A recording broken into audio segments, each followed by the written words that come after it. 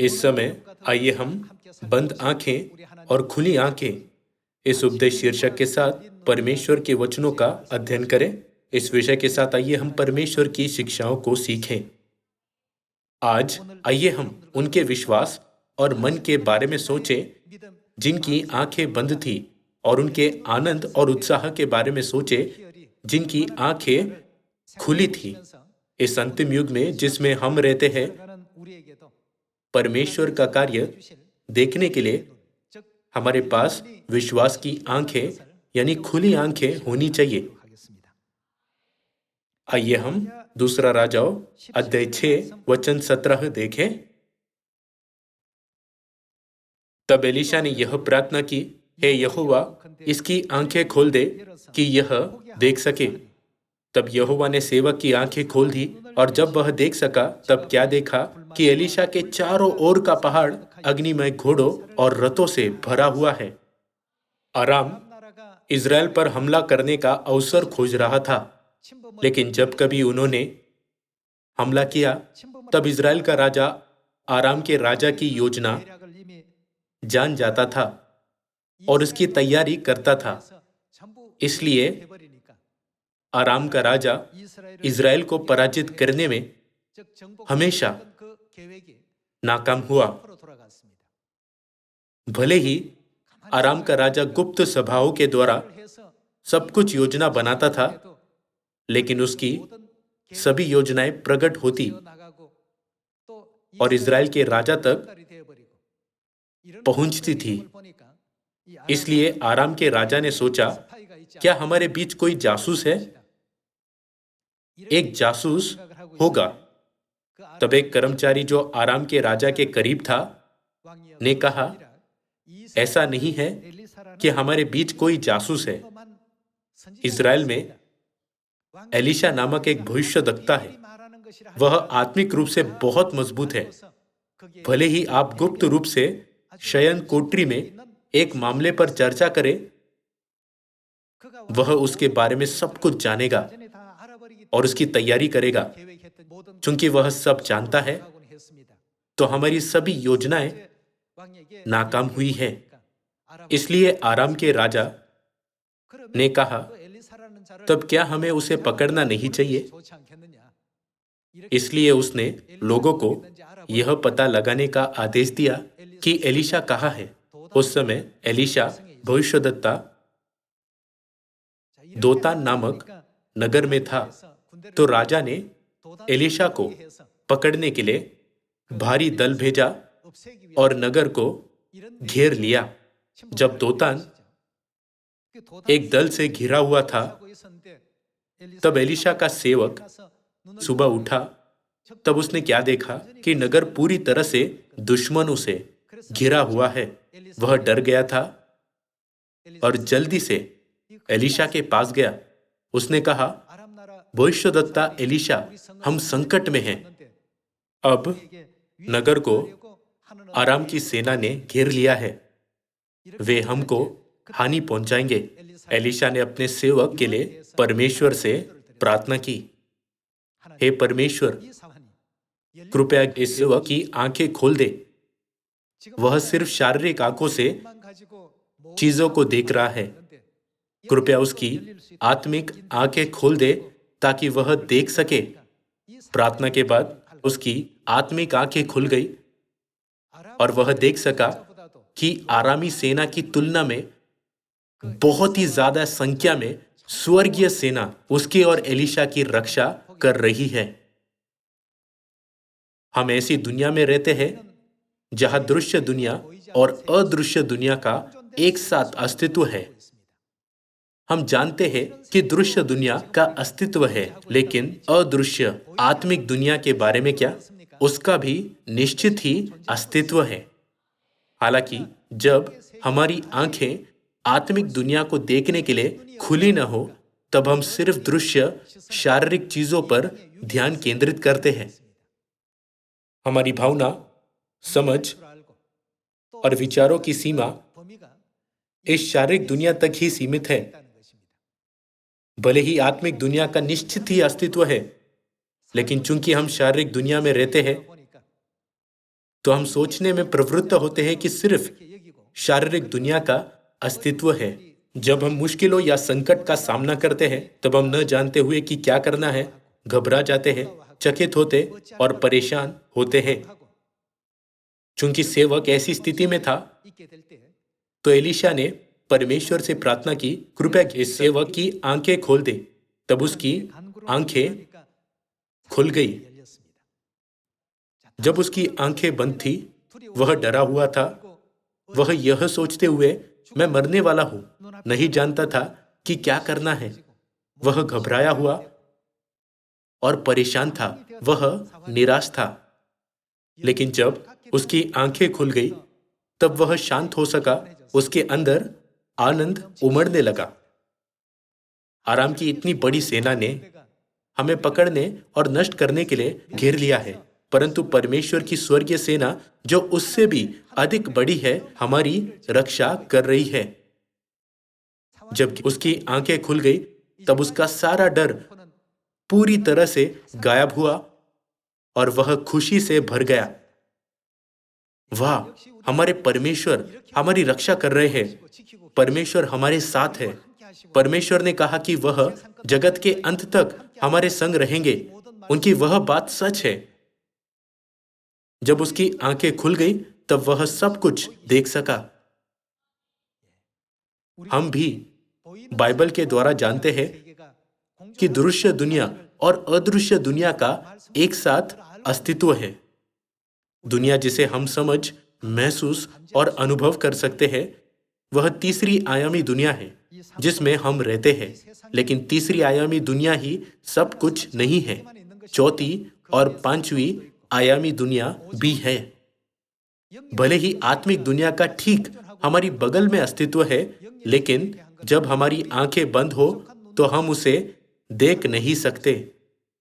चूंकि हम उसे महसूस, समझ या देख नहीं सकते, तो हम तीसरी आयामी स्थिति के आधार पर हर चीज का न्याय करते हैं। हम मूर्खता से तीसरी आयामी परिवेश के आधार पर ही हर चीज का न्याय करते हैं। आइए हम दूसरा राजाओं अध्याय 6 वचन 17 में दृश्य देखें। तब एलीशा ने यह प्रार्थना की, हे यहोवा, इसकी आंखें खोल दे कि यह देख सके। तब यहोवा ने सेवक की आंखें खोल दी, और जब वह देख सका, तब क्या देखा कि एलीशा के चारों ओर का पहाड़ अग्निमय घोड़ों और रथों से भरा हुआ है। जब आरामी उसके पास आए, तब एलीशा ने यहोवा से प्रार्थना की कि इस दल को अंधा कर डाल। एलीशा के इस वचन के अनुसार उसने उन्हें अंधा कर दिया। तब एलीशा ने उनसे कहा, यह तो मार्ग नहीं है और न यह नगर है। मेरे पीछे हो लो, मैं तुम्हें उस मनुष्य के पास जिसे तुम ढूंढ रहे हो पहुंचाऊंगा। तब उसने उन्हें शमरोन को पहुंचा दिया। जब वे शमरोन में आ गए, तब एलीशा ने कहा, हे यहोवा, इन लोगों की आंखें खोल कि देख सके।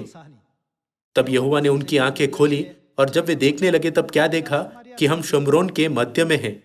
उनको देखकर इजराइल के राजा ने एलीशा से कहा, हे मेरे पिता, क्या मैं इनको मार लूं? मैं इनको मार लूं?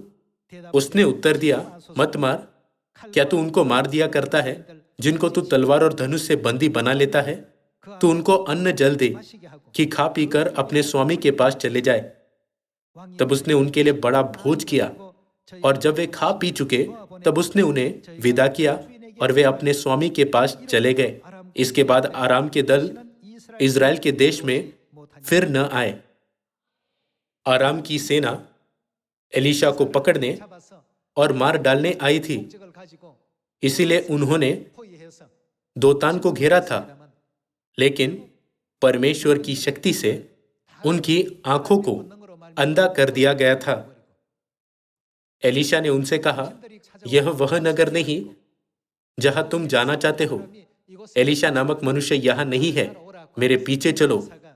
और एलीशा ने सभी सैनिकों का, जिनकी आंखें बंद थी, इजराइल के मध्य शमरोन में नेतृत्व किया। जब उन्होंने शमरोन में प्रवेश किया, तब एलीशा ने परमेश्वर को उनकी आंखें खोलने को कहा। जब वे फिर से देखने लगे, तो उन्होंने अपने आप को दुश्मन के राजधानी शहर में पाया। इसलिए इज़राइल के राजा ने एलीशा से पूछा, क्या मैं उन सब को नष्ट करूं? एलीशा ने उसे उन्हें न मारने को कहा, लेकिन उन्हें जी भर के खाने पीने देकर उनके देश में लौटने देने को कहा। उसके बाद अराम ने इज़राइल पर हमला करने के अपने इरादे को रोका। ऐसा इतिहास दूसरा राजाओं की पुस्तक में दर्ज है। जब उसने सोचा कि कोई उसकी मदद करने वाला नहीं था, तब वह वास्तव में उसके चारों ओर स्वर्ग से मदद करने वाले अग्निमय घोड़ों और रथों के साथ भरे हुए थे। ऐसी भरोसेमंद स्वर्ग की सेना उनकी रक्षा कर रही थी। जब उसकी आत्मिक आंखें खुली, तब उसका विश्वास अधिक हो सका। हमने पढ़ा कि दूसरा राजाओं की पुस्तक अध्याय 6 में क्या हुआ। अब हम बहुत से देशों में सुसमाचार प्रचार कर रहे हैं और बहुत से बिना जोते हुए शहरों पर खेती कर रहे हैं। जब जोतने की बात आती है तो यह आसान नहीं है।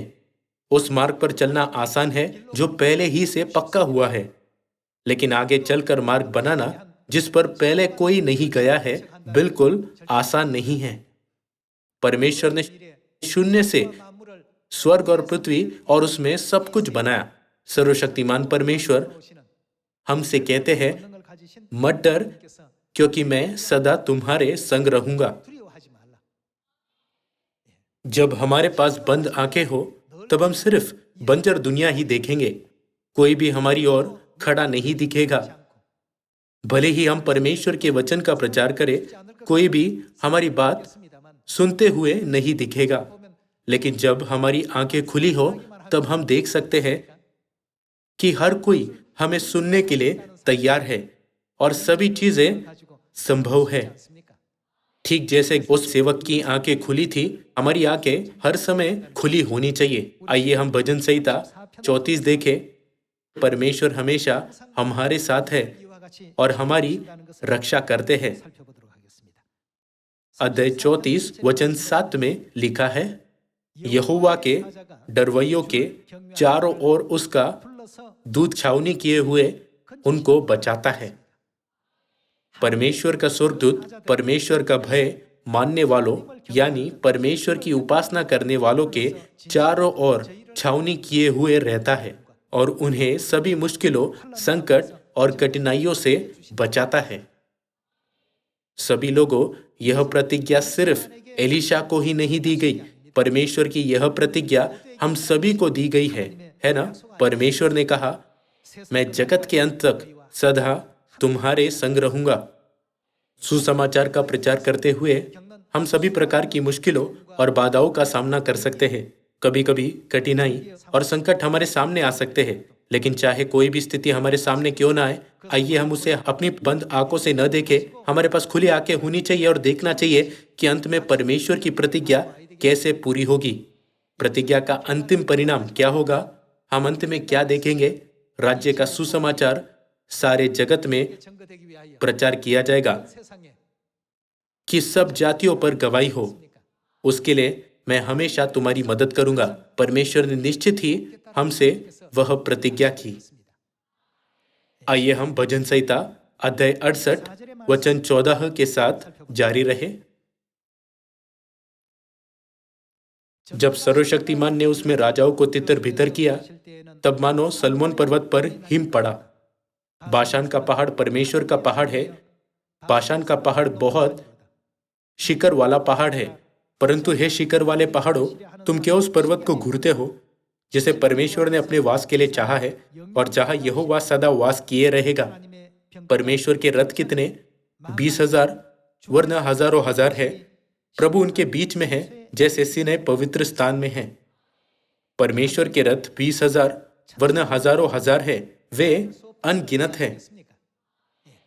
ऐसी विशाल संख्या की स्वर्ग की सेनाएं परमेश्वर की आज्ञा का पालन करके सियोन की हर एक संतान की रक्षा करती है।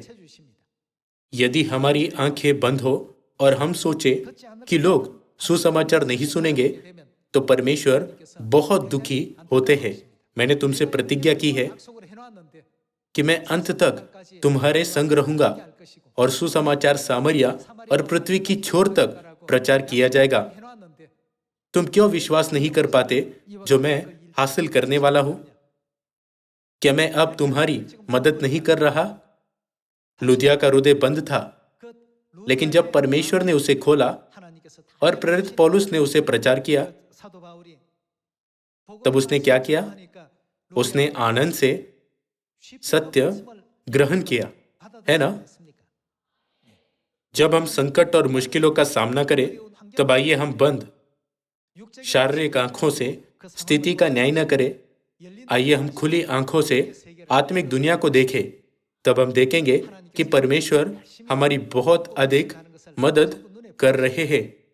हताश, निराश या परेशान होने के बजाय और शिकायत करने या कुड़कुड़ाने के बजाय हमें समझने की जरूरत है कि मुश्किल स्थितियों में से परमेश्वर चाहते हैं कि हम सबक सीखें और अपनी खुली आंखों से परमेश्वर की इच्छा को ग्रहण करें। तब अगले दिन परमेश्वर हमें अधिक फल प्रदान करेंगे। जब हम खुली आंखों से परमेश्वर को देखें, तब हमारी प्रार्थना भी बदल जाएगी। कैसे? ओ परमेश्वर, मैं आज प्रचार के लिए जा रहा हूं, कृपया मुझे खुली आंखों से लोगों से जिस किसी से मैं मिलूं बर्ताव करने दीजिए। एक दो व्यक्ति सुनने से मना करे तो इसका यह मतलब नहीं कि सभी लोग हमें इनकार करते हैं। हम सोच सकते हैं, खैर इस व्यक्ति के लिए अब तक समय नहीं आया है, शायद इस व्यक्ति के लिए इस समय नहीं। भले ही पानी 99 डिग्री सेल्सियस तक पहुंचे, वह भाप नहीं बनता। सिर्फ जब वह 100 डिग्री पर पहुंचता है, तब तरल भाप में बदलता है। यदि आप कड़ी मेहनत से प्रचार कर रहे हैं, तो सोचिए कि आपने 80 या 90 डिग्री तक पानी को गर्म किया। बाद में दूसरी टीम उस व्यक्ति को फिर से मिलेगी, तब वह 99 डिग्री बनेगा। उस क्षण फल उत्पन्न न करने के कारण से आपको निराश या हताश होने की जरूरत नहीं है। जब आप 99 डिग्री तक तापमान बढ़ाए, तब परमेश्वर उसे दूसरे सुसमाचार सेवक को मिलने देंगे। तब उसके लिए समय आएगा, उनके बदलने का समय आएगा। यदि तापमान 1 डिग्री बढ़ जाए, तो वे कहेंगे, आमीन, परमेश्वर का वचन सच्चा और बहुत मीठा है। पहले वे सत्य पर ध्यान नहीं देते थे, लेकिन वचन जो उन्होंने सुने, वे उनकी आत्माओं को जगा रहे हैं। तथ्य कि आप एक जगह से बदलाव नहीं देखते का मतलब यह नहीं कि वे कभी नहीं बदलेंगे। आपको सोचने की जरूरत है, जैसे पानी 100 डिग्री सेल्सियस पहुंचने पर तरल से भाप में बदलता है, ठीक वैसे मैं तापमान बढ़ाने में एक भाग का कार्य कर रहा हूं। क्या परमेश्वर ने नहीं कहा कि हमें हमारे कामों के अनुसार प्रतिफल दिया जाएगा? परमेश्वर ने कहा कि हम जो बोएंगे वही काटेंगे, है ना? वह सिर्फ आखिरी व्यक्ति नहीं जो फल उत्पन्न करता है। हर एक ने फल उत्पन्न होने तक एकता में कार्य किया है। पहली टीम, दूसरी टीम, तीसरी टीम, सभी ने प्रयास किए हैं।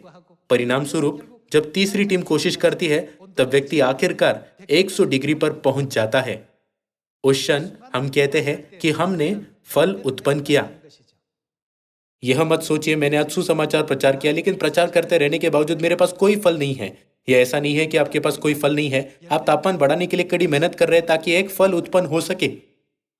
तीसरी टीम ने आखिरी 1 डिग्री बढ़ाया, लेकिन क्या होता यदि तीसरी टीम पहली टीम के रूप में गई होती? क्या वे उस फल को उत्पन्न कर सकते थे?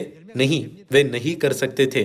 कैसे वह तीसरी टीम फल उत्पन्न कर सकी, भले ही उनकी सामर्थ्य सिर्फ 1 डिग्री ही बढ़ाने की थी? यह इसलिए क्योंकि पहली टीम और दूसरी टीम ने उनसे पहले कड़ी मेहनत की थी। हम इन सभी बातों को नहीं जानते, लेकिन परमेश्वर ने कहा कि हमारे सभी प्रयास कभी भी व्यर्थ नहीं होंगे। कुछ लोग जो परमेश्वर के प्रयोजन और अदृश्य आत्मिक दुनिया को नहीं समझते, वे कह सकते हैं, दूसरे सदस्य आसानी से फल उत्पन्न करते हैं, लेकिन मैं यत्न से प्रचार करने के बावजूद नहीं कर सकता। नहीं, ऐसा नहीं है कि आप फल उत्पन्न नहीं कर सकते। आपने फल उत्पन्न करने के लिए मदद की है। परमेश्वर के वचन कभी खाली नहीं लौटते। एक बार वह वचन व्यक्ति को दिए जाते हैं तो वचन का ढेर बनता है और वे उसमें निहित होते हैं। उस समय कुछ कारण से व्यक्ति यह कहते हुए अलग हुआ होगा, अगली बार मिलेंगे। तब परमेश्वर दूसरी प्रचार टीम को उससे मिलने देंगे। यदि व्यक्ति का तापमान बढ़ता है तो परमेश्वर दूसरे सदस्यों को बाद में उसे फिर से मिलने के लिए भेजेंगे। इस तरह हर एक आत्मा सत्य ग्रहण करती है। जब एक व्यक्ति पहले सत्य सुनता है, तब यदि वह तुरंत आमीन कहते हुए उसे ग्रहण करता है तो वह परमेश्वर के वचनों के लिए बहुत प्यासा रहा होगा। वह 99 डिग्री सेल्सियस पर होगा। उस स्थिति में यदि आप आखिर में उसे वचन प्रचार करें तो 1 डिग्री जल्दी ही बढ़ता है। सुसमाचार कार्य के बारे में कहे तो कुछ उसे खुली आंखों से देखते हैं और कुछ बंद आंखों से। बंद आंखों से एक व्यक्ति सोचता है, चाहे मैं कितनी ही कोशिश करूं यह काम नहीं करता और निराश होता है। इस सुसमाचार का प्रचार करते हुए हमें कभी भी निराश या हताश नहीं होना चाहिए। परमेश्वर के वचन कभी खाली नहीं लौटते। हमारे मुंह से निकलते सुसमाचार के वचन आत्माओं को पुनर्जीवित करते हैं और अच्छे पोषक तत्व के रूप में उनमें बढ़ते हैं, जो उद्धार में उनकी अगुवाई करता है। हम उसकी तुलना पानी के गर्म होने से कर सकते हैं कि 80 डिग्री से 90 डिग्री और 90 डिग्री से 99 डिग्री। उस क्षण आत्मा का नेतृत्व परमेश्वर की ओर होगा, उस तरह वह कार्य करता है। सामरिया में और पृथ्वी की छोर तक जाओ। इन वचनों का पालन करते हुए आइए हम खुली आंखों से सुसमाचार प्रचार करें। पहले जब प्रचार समारोह उसकी शिखर पर था, तब हमने सियोन की सुगंध सुनी थी। हमारे चर्च के सामने एक व्यक्ति ने सुसमाचार सुना। वह यह कहते हुए चला गया, मैं अगली बार बाइबल का अध्ययन करूंगा। वह कहने के थोड़े समय बाद वह चर्च के दूसरे सदस्य से मिला जो सड़क पर प्रचार कर रहा था, और उसने वहां भी माता परमेश्वर के बारे में सुना। करीब 5 मिनटों के लिए वचनों को सुनते हुए उसे थोड़ा सा एहसास हुआ, लेकिन उस दिन उसे कुछ काम था, तो उसने फिर से कहा, मैं अगली बार अधिक सुनूंगा। और वह मेट्रो में सवार हुआ। मेट्रो स्टेशन से बाहर आने पर वह फिर से हमारे सदस्यों से मिला, इसलिए उसने 5 मिनट के लिए सुना। बार बार 5 मिनट के लिए सुनकर उसने सोचा, ओह, मुझे इस तरह उनके पास से नहीं जाना चाहिए। आज इतनी दूरी पर आते हुए मैं लगातार चर्च ऑफ गॉड के लोगों से मिला। परमेश्वर की कुछ इच्छा होगी। और आखिर में उसने कहा, ठीक है, चर्च में चलते हैं। उसने अपना काम स्थगित कर दिया और चर्च गया और गंभीरता से वचन का अध्ययन किया। रविवार का अनुपालन, सबत, फसह और क्रिसमस का मामला, इन सभी का अध्ययन करने के बाद उसे महसूस हुआ कि क्यों परमेश्वर ने जहां कहीं वह गया वह सियोन के सदस्यों के पास उसका नेतृत्व किया। तो उस दिन उसका बपतिस्मा हुआ। तब चाहे वह 5 मिनट हो या 10 मिनट, परमेश्वर के वचन का उसे प्रचार किया गया और उसकी आत्मा आखिर में बच गई, है ना? क्या यह व्यर्थ समय था? नहीं। यदि आप बंद आंखों से इसे देखें तो आप सोच सकते हैं यह व्यर्थ है क्योंकि मैंने फल उत्पन्न नहीं किया। लेकिन यदि आप खुली आंखों से इसे देखें तो आप परमेश्वर के प्रयोजन को महसूस करेंगे, जिन्होंने उस प्रक्रिया के द्वारा उसे बचाया। सभी लोगों सुसमाचार प्रचार करते हुए मत सोचिए कि आपने वह व्यर्थ में किया क्योंकि आपने फल उत्पन्न नहीं किया। एक बार जब आप परमेश्वर के वचनों का प्रचार करें तो वे कभी खाली नहीं लौटेंगे। यदि आप 20 डिग्री बढ़ाए तो दूसरा सदस्य अगली बार और 30 डिग्री बढ़ाएगा। उसके बाद परमेश्वर उसे दूसरे सदस्य से मिलने देंगे। बार बार परमेश्वर उसे मौका देते हैं। कुछ भी एक बार में पूरा नहीं हो सकता। आत्मा बचाए जाने तक परमेश्वर 100 डिग्री तक तापमान बढ़ाते हैं। जब बैंजनी कपड़े बेचने वाली लुदिया प्रेरित पौलुस से मिली, तब वह पहले ही 99 डिग्री पर थी। प्रेरित पौलुस के द्वारा परमेश्वर ने 1 और डिग्री बढ़ाई।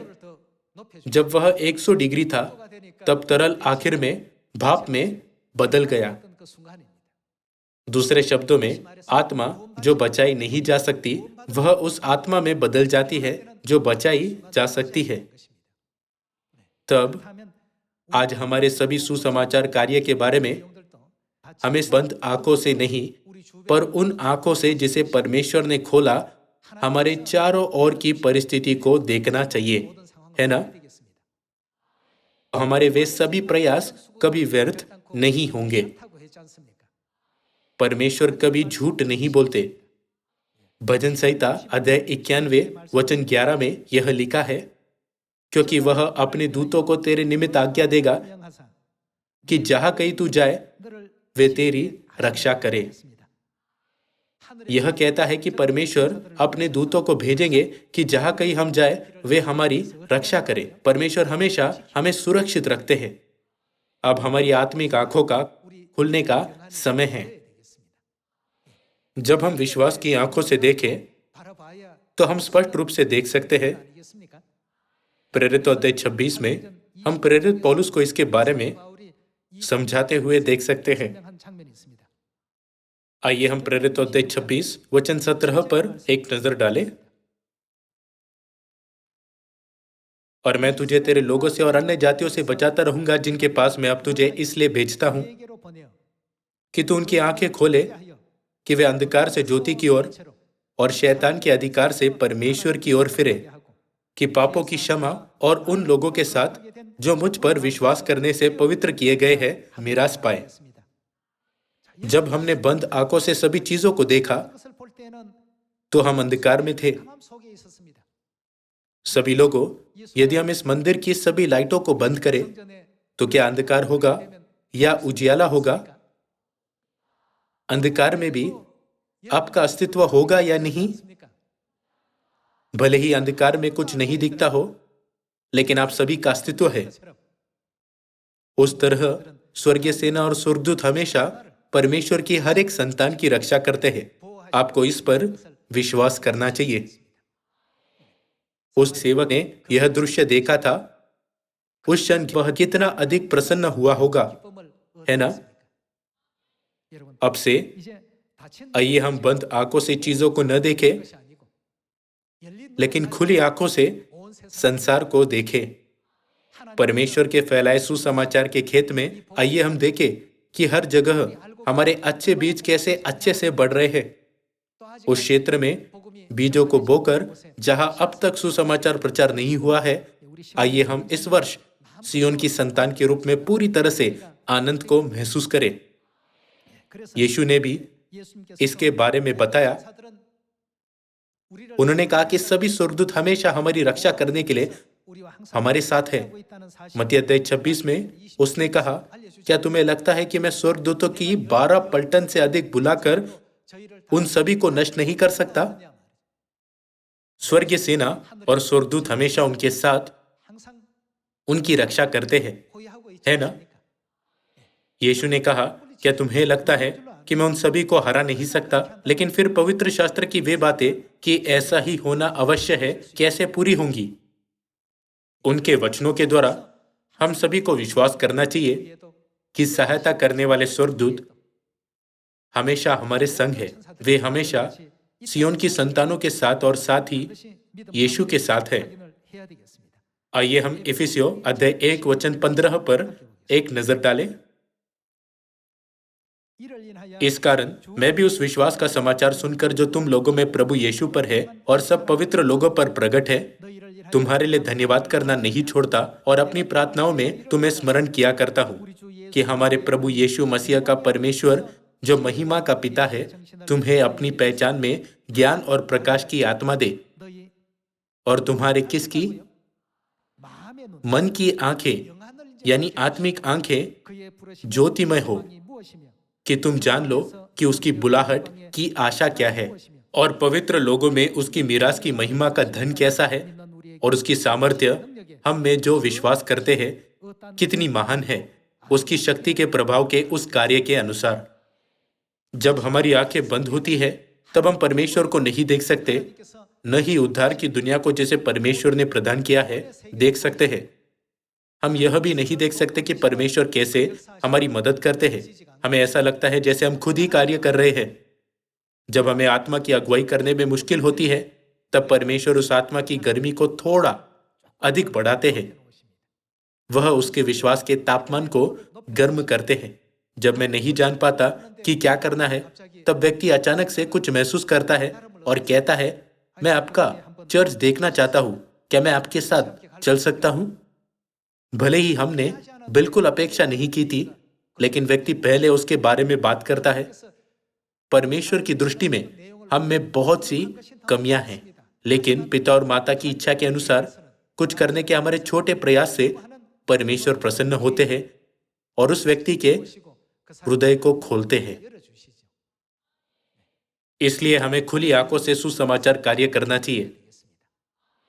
तब हमें सुसमाचार कार्य करने के लिए कभी मुश्किल नहीं होगी। आज पिता और माता हमारे साथ है, वे हमारी मदद कर रहे हैं, लेकिन हम सिर्फ बंद आंखों से हमारे सामने की दृश्य चीजें को देखते हैं। भले ही स्वर्ग का अवश्य ही अस्तित्व है, लेकिन यदि हमारी आत्मिक आंखें बंद है तो हम उसे देख नहीं सकते। स्वर्गीय सेना और स्वर्गदूत और परमेश्वर हमेशा हमारे साथ है। परमेश्वर ने वह प्रतिज्ञा की है। फिर भी हम प्रतिज्ञा को वास्तव में महसूस किए बिना बाइबल का सिर्फ एक भाग मानते हैं।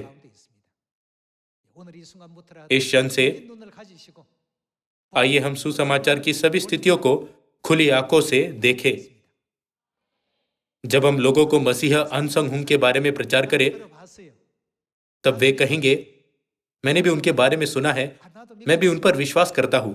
स्वर्गीय माता, ओह मुझे उन पर विश्वास है। हमें आशा है कि संसार के सभी लोग वह कहेंगे।